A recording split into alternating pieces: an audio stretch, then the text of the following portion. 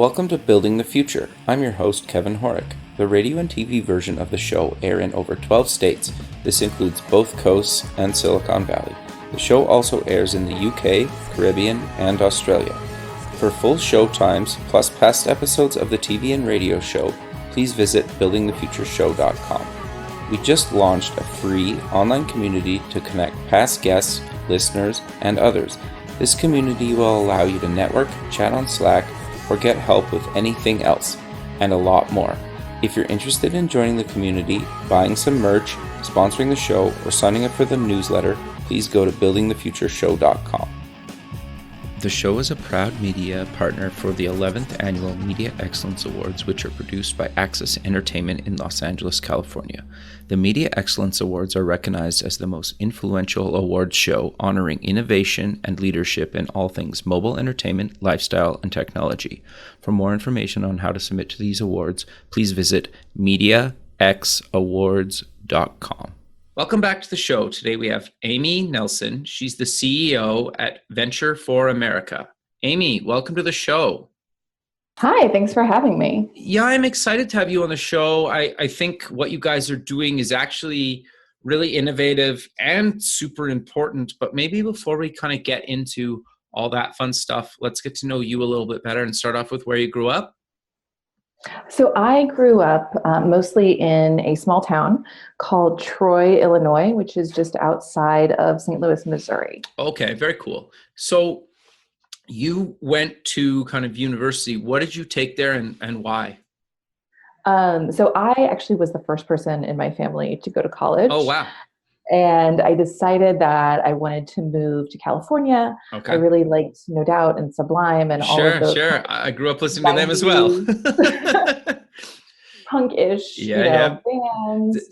And so I decided to move to Southern California. Sure. I went to Claremont McKenna. Okay. And I studied philosophy. Oh, interesting. Is certainly not the best way to get on a startup path or something that your parents are excited about when you're their first child to go to college. But it was a great major. I also studied government while I was there. Interesting. Yeah. What got you passionate about kind of philosophy and studying government?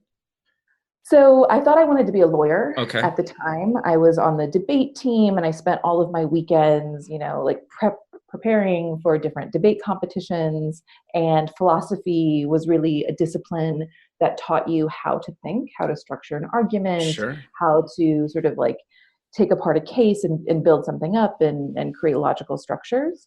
And so that was how I think my passion started. But I had my freshman year philosophy professor stopped me the day after the senior exam and was or the final exam and said, I think you're pretty good at this. Would you consider majoring in it? And that's all it took. Interesting. Okay. So walk me through, you get out of school, walk me through your kind of journey up until you decided to go back to school. Yeah. So, my immediate next step, I was 6 months pregnant when I graduated from college. And so I'd had an offer to do a Fulbright research year abroad in Cameroon, which is where I had spent a semester and done my senior thesis research. But instead I had a baby. Sure. So I temporarily moved in with my mother and was applying to graduate schools. Okay. And then actually was accepted to graduate school, but decided to move back to California after some time and went to work for an organization called Relief International. Okay. And I was really oriented toward international development at that point, having spent a lot of time abroad and really getting excited about economic development, particularly in Central Africa.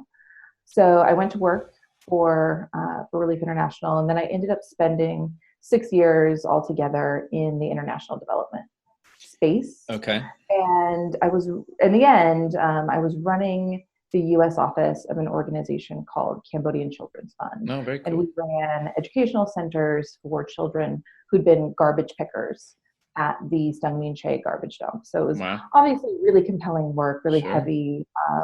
The organization had expanded significantly. I think when I started there, the budget was less than $1 million. And, by the time I left, it was close to 5 or 6. Wow, that's huge. And it was significant. And, we'd done a lot of fundraising, but I'd started to feel the limits of that model and felt like, we were doing great work, but if our organization went away, these kids would go back to picking garbage, Sure. and that we hadn't created any real underlying change. And I was on a hamster wheel asking the same set of donors every year for money.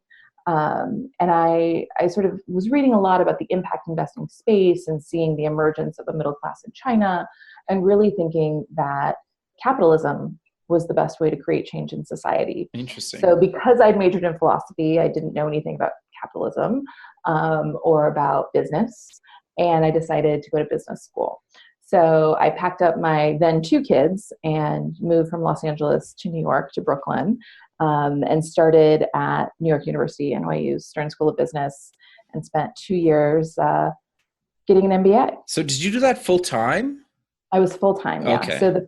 And while I was there, I ended up interning at B Lab. Okay. They're the B Corporation people.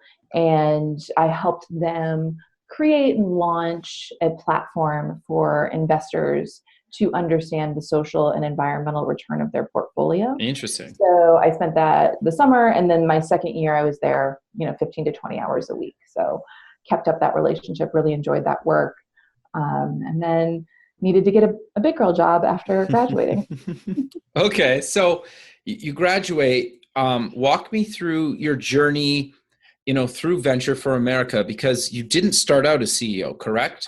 No, I didn't. So the way I found Venture for America was there was this front page New York Times Sunday Business section article that was actually the most shared article on the New York Times that week. Wow. And it had been posted to my Facebook account.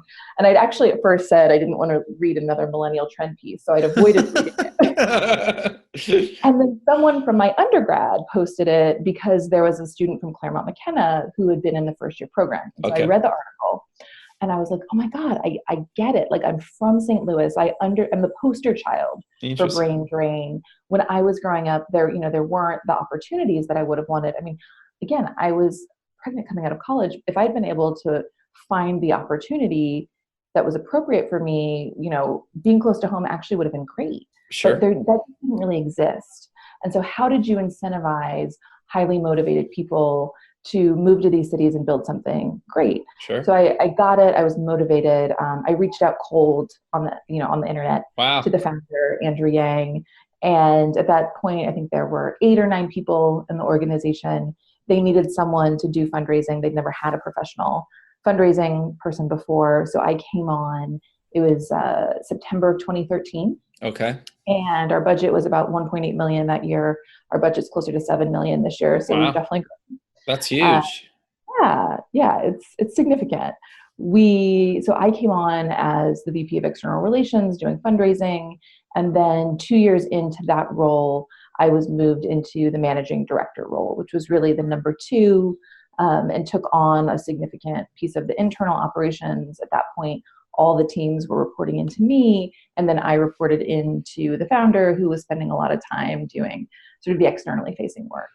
So that was, I guess, March of 2016. Okay. And then the following January, Andrew decided that he was going to leave the organization later that year. He let the board know, he let me know, and he put me forward as his successor. And the board agreed one snowy March evening. It was the meeting, it was supposed to happen in person, but then there was this huge snowstorm. So it ended up being a video meeting, which we'd never done before. And it was kind of funny because I had to keep leaving the meeting, right? Because they were talking about me, but I was also the person hosting the video. That's hilarious. Did you listen to any of it? No, definitely not. Sure. And my husband and kids were there because they'd had a snow day and they were really confused. But the board agreed with his position, and they voted me on as the incoming CEO. Well, congrats, that's great. Thank you. It's been a bit of a whirlwind. So we had 5 months between that announcement and Andrew finally leaving to transition, to hire a COO, to build out our strategic plan. But it was a really nice sort of clear-cut transition process where it wasn't overnight, but at the same time, we had a tremendous amount of continuity. Yeah, no, that makes sense. So for people that haven't heard of Venture for America, what exactly do you guys kind of do? Yeah, so we exist because America needs more entrepreneurs. 100% And agree. right now, we believe that there are too many barriers to entrepreneurship and too few incentives, Okay. but that anyone who wants to become an entrepreneur should have that opportunity. Okay. So, what we do is we recruit recent college graduates who are highly motivated um, and very entrepreneurial. And then we put them to work as apprentices, sort of, at existing startups and growth companies in cities like Detroit, New Orleans, Baltimore, my hometown of St. Louis, one of 15 cities across the country that is both struggling to attract and retain the talent that they need and create jobs, but also has a burgeoning entrepreneurial ecosystem. Gotcha. Where there are sort of this critical mass of startups who can hire fellows. There are supportive institutions, investment dollars, et cetera, that are starting to bubble up. So we can kind of throw fuel to that fire by injecting talent into these ecosystems that are really hungry for top-notch people. Interesting. Okay. So you mentioned the term fellow. What exactly is that? Yeah, so our fellows are recent college graduates, as I mentioned. The Okay. way it kind of works is we go across the country the way that any recruitment operation would. We do, info sessions and job fairs and a lot of word of mouth recruiting. So folks will apply to our program in their senior year of college, typically, Okay. although we will accept them a year or two out. This year we had just over 2,400 applications. Wow. Our class of 2018, yeah, it was a That's pretty huge. significant spike. And we'll have about 180 fellows. Wow. So it's quite selective, as you can imagine. And then once you're accepted to be a VFA fellow, the idea is, you're young, you're hungry, you're ambitious, you're gritty, you're resilient, but you're unformed. And so we spend time forming you through our training program, through the 2-year commitment to working for a company. And then at the end of that experience, many of our fellows go on to become managers and leaders at the companies where we place them. But about a quarter have decided to launch their own businesses. Interesting. Sometimes as a side project that they're hoping to transition to full-time, but in many cases, they are full-time.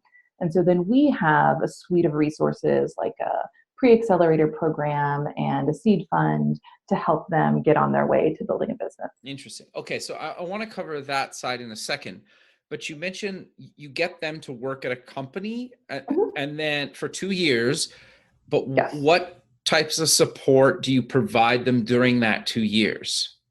It's a variety of things. Okay. So at the beginning, we have a month-long training program Okay. where we bring in everyone from the Flatiron School to teach coding, IDEO to teach product design, McKinsey to teach operations and decision-making, and Bionic this year is going to be doing lean startup training. So we bring in experts, and then every week the fellows have a new challenge that they have to solve as a team. So it's really geared at getting them out of an academic mindset and into this action-oriented,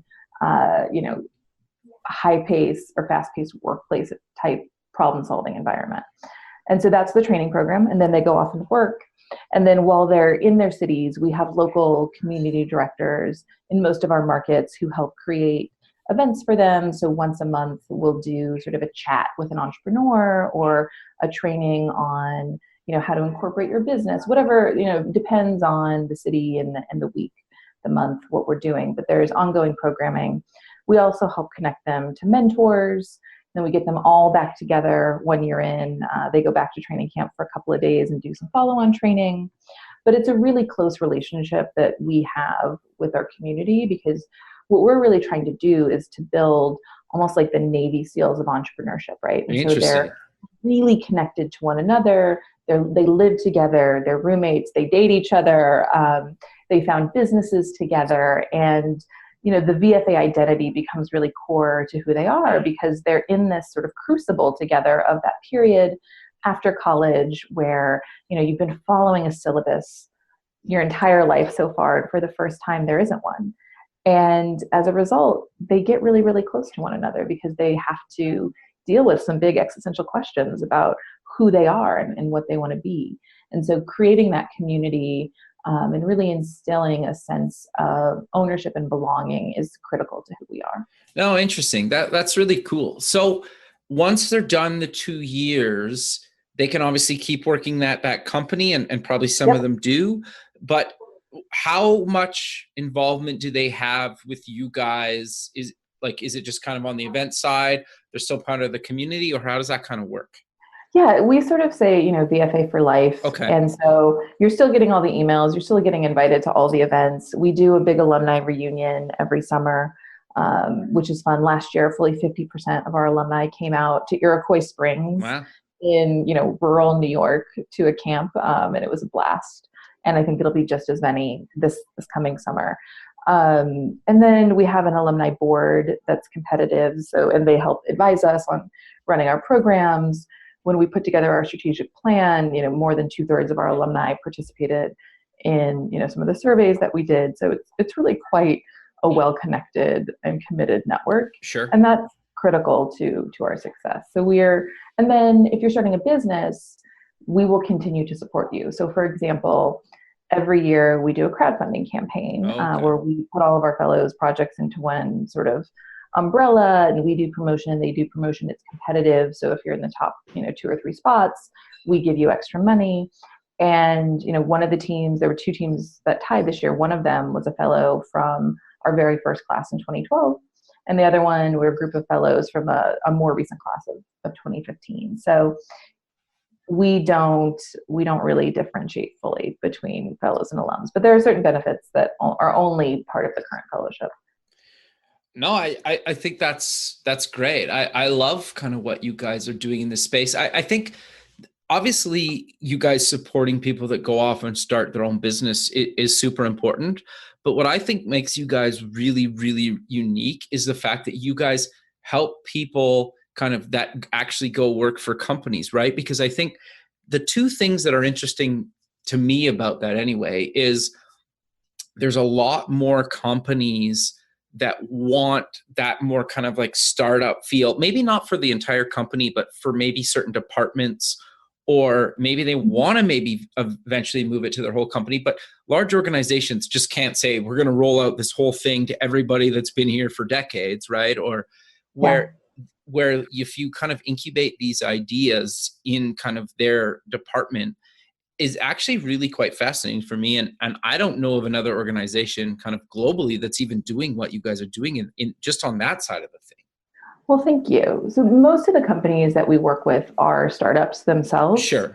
So the median company has between 10 to 30 employees, and they've raised maybe 1 to 5 million in venture capital. And in many cases, our fellows are like the first paid employee that the company's ever hired. Okay. So for the most part, we're working with startups. Okay. And in order to become one of our partner companies, you do have to have a growth posture at a minimum. But we have worked with a handful of larger companies, innovation teams, as part of sort of larger partnerships with them. So we have a couple fellows working at Ford. We have several working at Quicken Loans. Some who are working at Boeing's Horizon X program. Several at Alabama Power, which has been a big supporter of ours. But those are really strategic relationships where we feel like the fellow is going to get an extraordinary experience, and that the company is providing, a meaningful relationship to Venture for America. But for the most part, we really are focused on startups and high growth young companies. Sure. No, that makes sense. So I'm curious though, you've had some pretty big successful, I guess, kind of like fellows and companies that have kind of come out of your program. Do you maybe want to kind of talk about a few of those? Sure. So one of the ones that we talk about a lot, so I'll give some other people attention as well, is Bonza. Okay. They are a chickpea pasta company. Okay, interesting. It's high protein, low glycemic pasta made from chickpeas. It's delicious. My kids like it. That is key, right? I think their demo really is mostly moms. It's in, I want to say, more than 15,000 stores in North America now. Huge. They went through the Chobani incubator, and they've raised north of 7 million in venture capital. So they're off to the races. We've had fellows go through Y Combinator. We have a couple who've gone through or are currently in Techstars. So one company that I'm excited about, they just closed their seed round of just over $1 million. I think it's $1.5 million actually. They went through Techstars New York, and it's called Path Spa. Okay. And I hope no one's eating when they're listening to this, but it is a device that scans the hands of restaurant workers to see if there's bacteria on them Oh, wow. to limit the spread of foodborne illness. And so, the restaurant worker pops their hand under the device, does a quick scan, and it tells them if they need to rewash or if they're good to go and they can start handling food. Because apparently 40% of foodborne illness comes from unclean hands in restaurants, which is kind of gross. Very much so. So they were inspired by that, Chipotle outbreak. Sure. A year ago. And it's a huge problem for restaurants because it can just, decimate their business if they have one of these cases. So they're exciting. They're up and coming. We also have another company I'm super excited about is called Natural Club. Okay. And it's a subscription hair care product for women of color who have natural hair, and it's all fresh fruit products. And bloggers and YouTube video folks are like obsessive about the product. They're doing incredibly well on the sales side, and were named one of sort of Forbes 30 under 30 last year, I guess. Wow, that's huge. So, yeah, and it's a really cool product. It's a demographic where the woman who's running it, Mucha El-Tijani, was herself a natural hair YouTube blogger, and she was making these products, and people were like, "That's great that you taught me how to make it. I don't have time. Can you just make it for me?" And so she had to figure out how to make it shelf stable and how to distribute it. And there's a huge demand for the product. So really proud of them. And I could go on forever. We have well over 40 companies. I think it's getting close to 60 if you count people who are part-time on their companies. So it's exciting as we grow to watch these numbers continue to expand. No, that's really great. And something you touched on that I kind of want to reiterate is just the company you just mentioned, where she started creating content. Okay, it was video content, sure, but it doesn't necessarily mean you can't blog about something or just create a podcast or something around something that she knew. And she probably, it sounds like, never thought about turning it into a business. And now it is. And I think the point I'm trying to get across is people should just create content, right? If they, because you never know where it's going to lead you or take you. You might not lead you into, a startup idea, but you never know what job you're going to end up getting or who you're going to meet or where it's going to take you. And I think just kind of reiterating the fact that, she created this content and then eventually it led to a business, I think is really kind of inspiring for the listener. And maybe they'll think about actually creating their own content in a space that they know about. Absolutely. And I think, when you're truly interested in something and you want to go deep in a particular subject area, you'll ultimately find the white space, right? I always get inspired. Like there's a couple of fellows right now who are just obsessed with bees, and they're beekeepers, but also they're starting a business that helps small time beekeepers lend their hives to small farmers who need pollination services. And I didn't even know there was a market. Yeah, I would have known either. And there is one. Interesting. And there's a handful of big players or whatever that dominate, but there's all of these small shops that are springing up, especially with everything that's been going on with the bee crisis. Sure. And they love bees. They're big conservationists, but they found an opportunity to create a marketplace, and make some money off of what was truly a passion. And when I think about our fellows who have been more successful, it's ones who are obsessive about the product and the subject matter, as opposed to people who just really want to start a business and they'll do whatever the first thing is that comes to mind. It's the ones who go deep on something, and typically it starts with content or at least a lot of reading, right? And doing. Sure. No, I think that's really great. And I love that, right? Because again, to your point, like you basically turn a passion into a company that helps other people. I think that's great. Well, in this case, I guess it's bees and other people, but I think that's really great. The other thing that I found really quite fascinating about what you guys do is kind of, you have a bunch of really interesting kind of our impact. It's kind of under your About Us section. The demographic stuff to me was quite outstanding. As a white male, I think I can kind of say that like the fact that you have kind of 39%, you say fellows of color, and then 47% kind of women, and then 52% men. The fact that you have almost half, non-white males is quite impressive to me, because that's a huge problem in the startup space. And, just the fact that somebody like, Venture for America is actually changing that is really quite great. Thank you. So fun fact, we have not announced this yet. Okay. But our incoming class is actually 52% women.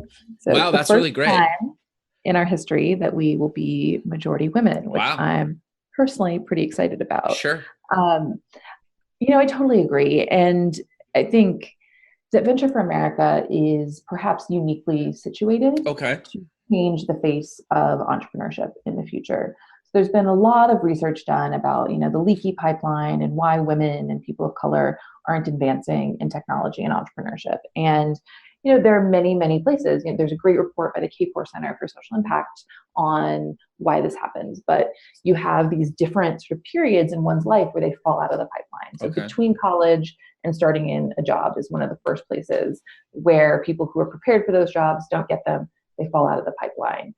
And then from having a career to advancing in that career and getting promotions, people fall out. And then from being in a position to be an expert in your field to actually creating a job, or creating a company, people fall out. And so we actually undergird all of those places in the pipeline, and we take you through from graduation to helping you get a job, to helping train you, build your skills. And then when you're ready to start a company, we will help you get there. Because there are many, many things that exist once you've already decided to start a company, once you already have some traction. But if people aren't getting there to begin with, we're never going to change what entrepreneurship looks like. And so I don't know anyone else who's in the business of going out into the field, finding young people and saying, we know what it takes for someone to be successful as an entrepreneur. You need to have adaptive excellence. You can go into any situation, get up a learning curve and adapt. You need to be comfortable with ambiguity. You need to be high integrity and optimistic.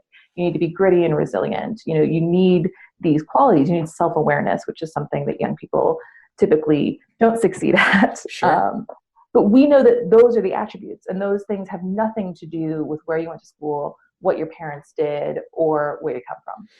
And we can test for those things in a way that positively identifies folks regardless of their background and bring them in, even if they didn't have the opportunity to start something when they were young. It's not just people who went to certain schools or who had the capital when they were in high school to start a company on the side.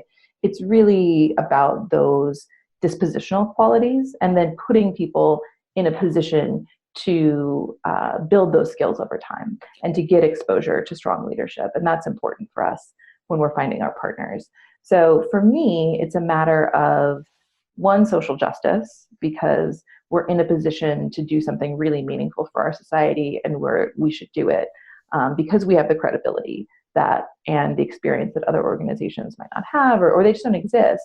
But also, it's better for business. Mm-hmm. Like the problems that we are facing as a society and the business opportunities that are going to go along with that are not unidimensional. There are many, many market opportunities that are going to come up, and if we don't have a diverse set of entrepreneurs, we're going to miss out as a society. So I strongly believe that we are, betting on winners because of just solid business undergirding.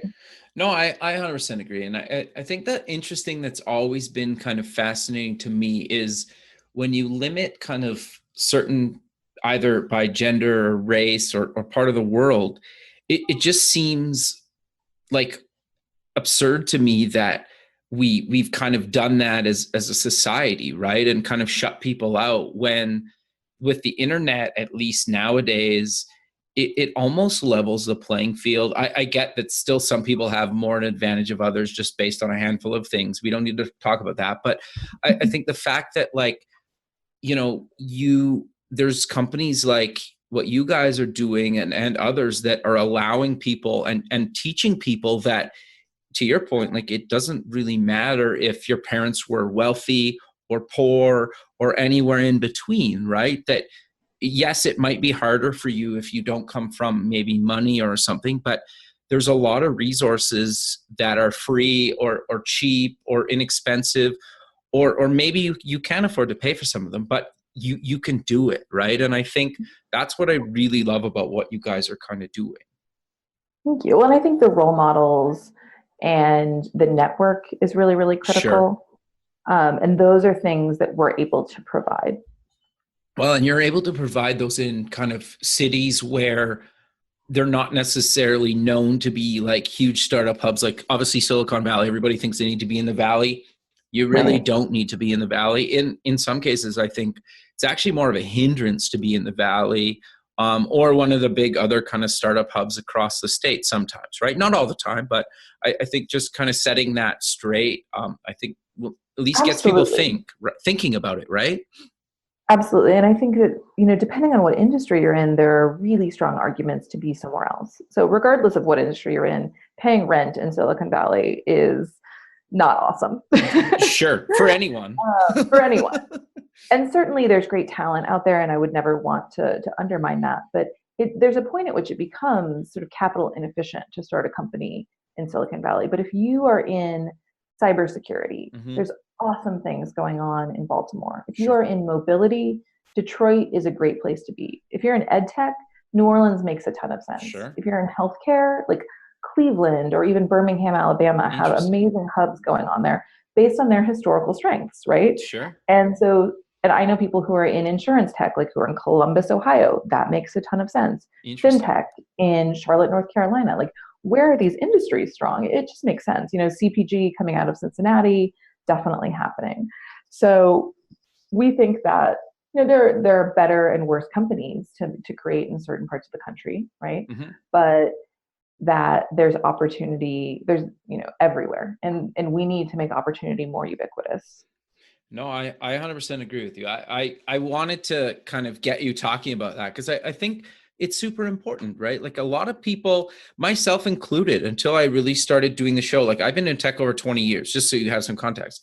And I had no idea about how great some of the innovation was happening in a lot of cities across the states. Like, and I'll give you a perfect example. Like I was in North Carolina for kind of my day job a couple of weeks ago. I had no idea how big of a tech hub like North Carolina is, right? And like, yeah, for certain industries, you would definitely move there over Silicon Valley or New York or LA or pick another big startup hub, right? Like, so it's quite, I think just getting people to think about that and maybe even look into their own community about how big a certain industry is or isn't. I think that's really great. So I want to kind of talk about a couple other things that you guys do. You guys have this Build Something Toolkit. What exactly is it? And why do you think, or why did you guys kind of create it? Yeah, so the Build Something Toolkit is just a set of downloadable resources for people who want to start businesses to take you through that very early stage, which is kind of our sweet spot of ideation and thinking through a business. And we put that together because we were getting a lot of requests for information from people, and we decided that we knew a lot and we could curate it and put it together in a digestible format. We actually have a downloadable book coming out pretty soon that will be some gated content, but I just took a look at it on Friday and it looks awesome. So I'm super excited. That's great. It's going to be kind of the next iteration of the Build Something Toolkit. And then we also have a Medium channel called Office Hours, which is really geared at early stage professionals in the startup world and how to get that startup job, how to, what are the common interview questions, how should you research before that? Because, we're only going to have, let's say, 200 fellows next year. Sure. We're not going to be able to touch everyone who could be impacted by what we've learned. And, we're a nonprofit, and these things advance our mission of mobilizing the next generation of entrepreneurs. And so if we can be able to provide resources for folks who we don't have the bandwidth to, do the deep dive of the fellowship with, then we should be sharing that out. And, we're not proprietary really about anything. It's all about how can we get more people inspired and motivated and just start. Sure. I think that's actually really interesting. And I was going to get to that in a second, but I think it's kind of a good time to maybe talk about it. Like, you just mentioned something like just start, and it sounds so kind of simple and kind of, I don't know how to else describe it, but like, what advice do you give to people to actually get them to just start? Mm-hmm. We say things like run small tests. Okay. And figure out who your customer is, make your first $1,000. Sure. And even if you end up with a totally different business model later on, if you can get that first 1,000 from, say, services and later it's a product, sure, fantastic. And we do something called the validation challenge with our fellows, where it's a 2-week sort of virtual experience, but they have milestones every week that they need to hit in order to go from idea to minimum viable product to maybe a little bit of traction. And in that process, maybe what they realize is there's actually not a market for this thing that they want to create. Sure. But it's better to spend 2 weeks than 2 years, right? Exactly. And like, fail fast, fail forward, obviously, but like, don't quit your day job. Start small, run small tests, and then, grow from there is typically what we would say. And just like, be a little bit shameless, like, use your network. Don't be afraid to reach out to people. Don't decide ahead of time what the product's going to be. Let your customers tell you. Sure. And people tend to figure it out or not, and that's valuable. But sometimes just making that first $1,000 is like huge. Sure.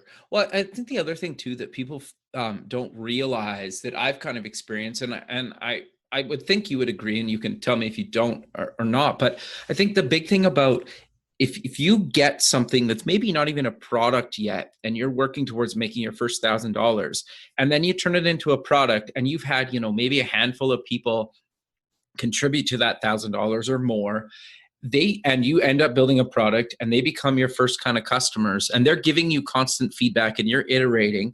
They feel like they almost work for your startup, even though they don't, and they're actually a customer paying you money. And like, those are the most loyal people, because they will end up telling their friends and their colleagues and, other people in their network about this product that they feel like they have some ownership in. And that seemed to have been really successful and work kind of in my career. Do you agree with that? And you kind of experience the same thing? Absolutely. I've definitely seen that. I mean, even if I throw a couple bucks at a crowdfunding campaign and they keep me posted, I'll be like, oh, how about I introduce you to this person over here, to that person. And having like your evangelical set of supporters and customers, I think, is critical for any business that's trying to scale. Sure. No, I think that's really good advice. And you brought up something interesting, right? It's like, you never know who's looking at the content you post online, right? Because to your point, like, if you fund a crowd campaign, obviously you're super connected just with what you guys are doing with Venture for America. So you never know who's kind of looking at this stuff, right? And who could potentially pass you along to somebody that could be your big kind of break in this thing, because you only really need one. Mm-hmm. It's one of the reasons I almost never say no to a meeting. Interesting. I hope that doesn't lead to a lot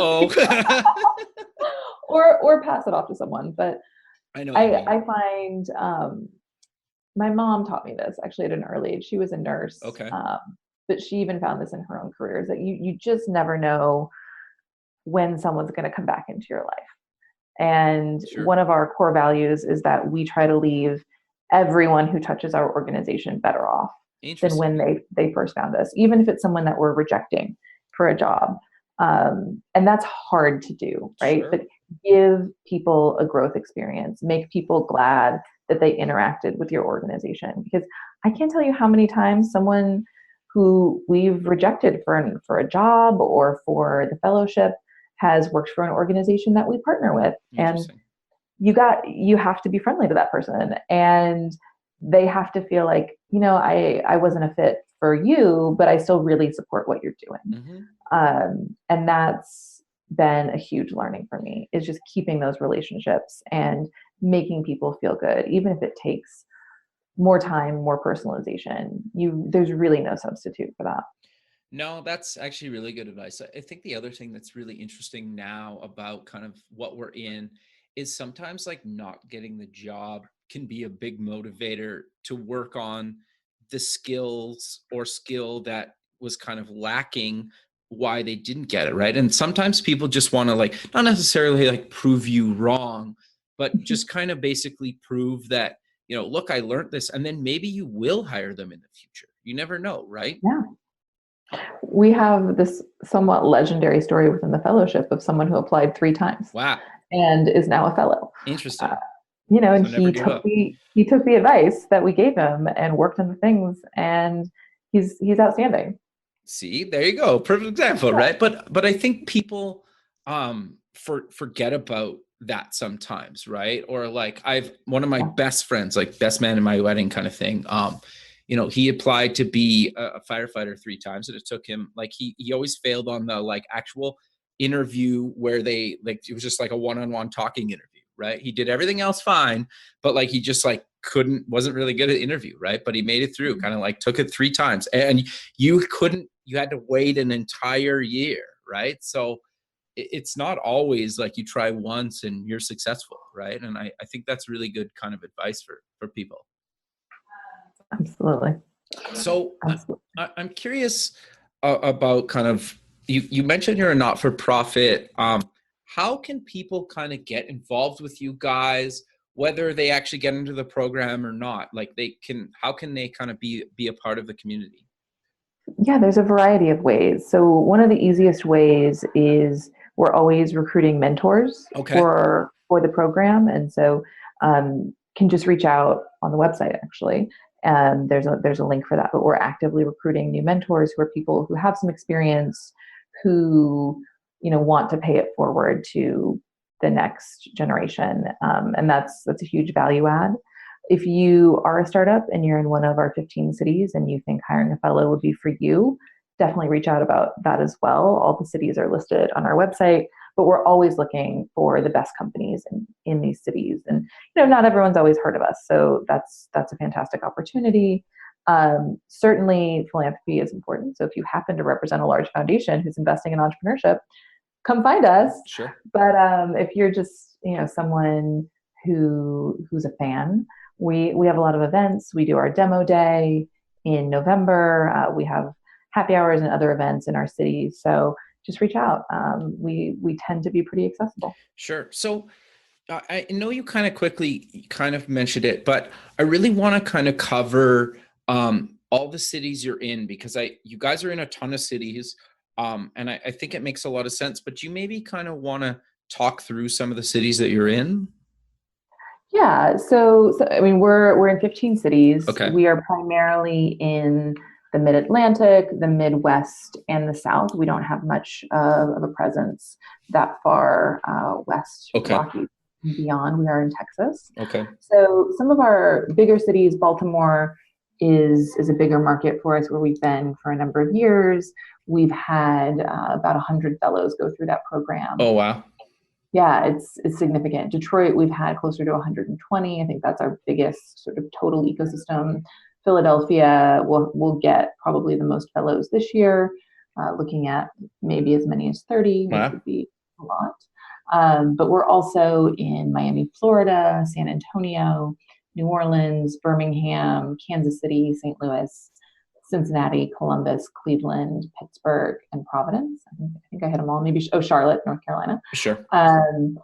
And all of those cities are a little bit different, but they really do both. They're hungry for talent, and there's great opportunity, and that's sort of the beginning and end of it. And we've been lucky that a lot of them are clustered pretty closely together, so you're able to keep community throughout the entire fellowship experience. Sure. So walk me through, is the content in each one of the cities that you're in the same, or is it a little bit different, or how does that kind of work? So the training camp experience is national, and many other pieces of our work are national sort of programming, particularly the work that is for our alumni and fellows who are starting businesses, but much of it is localized as well. We have local mentor networks, local events, local community directors, and many times the community director has a lot of say in what the fellowship experience is like. And so for example, in Birmingham, our local community director started something that she calls a legacy project, where the fellows work in groups to help advise a nonprofit in the area about something, some issue that they're dealing with. And that's a great win because the fellows are, building their strategic muscle, skill sets, but also benefiting a local organization. So there's always a high degree of trying to understand the local market and context in order to, not be presumptuous. We don't want to come in. Most of our fellows are not from the cities where we work. Got you. We definitely want to appreciate the fact that we're new. We want to be additive. We want to understand and learn about this place before we project any opinions. Sure. No, I that makes sense. But I also think that some of the stuff you teach, it doesn't really matter where you're located kind of globally. It's kind of the same, right? Like there's some principles that don't really matter, that have no kind of geographic, whatever the word would be, but you know what I mean? Yep. These cities are surprising, I think, for people who maybe grew up on one of the coasts and haven't had a lot of exposure to the Midwest, Sure. For example, or the South. They come with a set of preconceived notions about what these places might be like. And then they get there and they're like, wow, I had no idea. I was just in St. Louis last week. Okay. And one of our fellows who grew up in Southern California and all of his life had really been in California, went to school there. He said one of the things, picking up from the airport, he was like, it's so green here. Sure. And it's like, yes, of course it's green here. There's forests. There's a huge park that's like world famous. There's all sorts of amazing, vibrant cultural institutions. And it's not just some of the stories that have been played in the media. Ferguson, for example, obviously a flashpoint and something that we are super, super aware of and that the fellows are hugely conscientious, but that's not the only story that St. Louis has. Sure. And it's important that we shine a light on these, these centers of excellence and the good news that is coming out of these cities, because there's a lot more than people realize. And I'm hugely inspired every time I'm in one of these markets. And we're not there because we think they need help. We're there because we think that they're on the rise and the smart money is in these markets.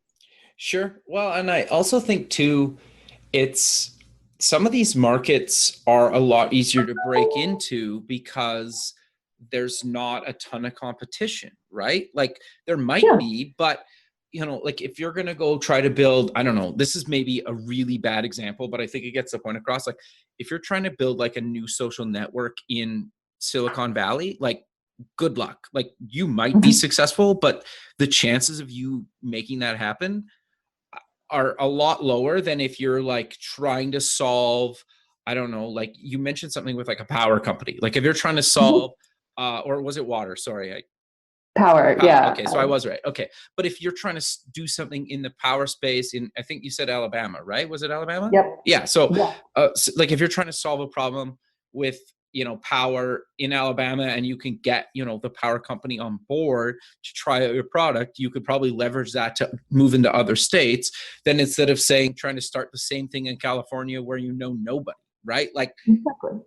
But I think sometimes people don't think like that. They think, oh, I got to move to California to do this startup, even though I'm from, say, Alabama, right? Like, but it just doesn't make any sense. Just like start it where you are locally. Absolutely. And, there's historical strengths. Like, what are the Fortune 500s in that city doing? Sure. A place like St. Louis has one of the best ag tech accelerators in the world because that's where Monsanto is. It only makes sense that would be the home for that. Sure. And I wouldn't want to start an ag tech company in Silicon Valley. No. Doesn't make sense. Yeah. No, I 100% agree. But we're coming to the end of the show, but I really want to give you the opportunity. You've given a ton of advice throughout the show, but is there anything else that you kind of see maybe all the time that you just wish you would just say, like, why do you people kind of think like this all the time? Like, is there something that, or a few things that you see all the time that you're kind of would like to say, like, forget about this. It's a myth. It's not true. Let's kind of forget about this. Oh, there's probably a million things, and I'll think of them after we get off. Sure. So one of the things that I always see with young people is that there's just so much anxiety about the future and about platforming themselves into the next opportunity and to getting their resume exactly what they think it should look like in order to be prepared for something. And I tend to think you're never going to be prepared. And for me, I've had one opportunity lead to the Sure. next. And I feel incredibly blessed. And if I'd spent, the first 10 years of my career trying to plot it all out, I wouldn't end up where I am. And where I am, I feel like is tremendous. And so I really think this culture of, like I said, syllabus following and hoop jumping has created a generation of people who have a tremendous amount of anxiety and a total lack of direction. And I really feel like the folks who can embrace the ambiguity and who can live in it are the ones that are going to be successful. And seizing opportunities as they come to you and really being able to go after them is magical. Sure. And if you're too busy playing to your own rule book, things will never work out. I think that's really good advice. I think just to kind of echo that is like, I think like I got my first kind of job or two kind of applying for them. And then kind of after that, it was like, I got a job out of school. And then like, I knew somebody that moved on that kind of ended up saying, hey, you should come work with me here now. Like, I think in a lot of cases, it's just like, just get in the field. And then, yes, you should keep your probably resume up to date, but like chances are you will probably end up getting your next job and your job after that just because of the people you meet and interact with if you do a good job and make real connections with people, right? So just worrying about having the perfect resume might get you kind of in the door, but you, to your point, like you just need to just take opportunity and seize it and go for it. And I think at the end of the day, most people, myself included, really have no idea kind of what they're doing a lot of the time, right? You just make a decision and go with it, right? And I think there's this illusion that successful people always know what they're doing. I think that sometimes they do and sometimes they don't, right? But a lot of people openly won't talk about that, right? At least on the record, you could say. Yeah, the fake it till you make it line is certainly one that you hear a lot. I do find that there are, men are more willing to do that than women oftentimes. Sure. But there is an extent that sometimes you look at yourself and you realize, oh, actually, I am the expert here. And I actually do know what I'm talking about. And owning that is really, really powerful. And being willing to admit when you made a mistake. Sure. No, I 100% agree. But Amy, we're out of time. So let's close the show with mentioning where people can get more information about you guys and kind of all the stuff we talked about today. We are at ventureforamerica.org, spell it all out, and you will find us, or just give us a quick Google. We should be the top results, but please do reach out via the website. If you are a young person and you think you might want to join a cadre of incredible other young people, please do apply. The application will open up on August 1st and close, I believe, mid-January. So it's coming up soon. Perfect. Well, I really appreciate you taking the time out of your day to be on the show, and I look forward to keeping in touch with you, and have a good rest of your day. Thanks, Kevin. Appreciate it. Thank you. Okay, bye. Thanks for listening. To join the free community, buy some merch, sponsor the show, or sign up for the newsletter, please visit the website at buildingthefutureshow.com. The music for the show is done by Electric Mantra. You can check them out at electricmantra.com and keep building the future.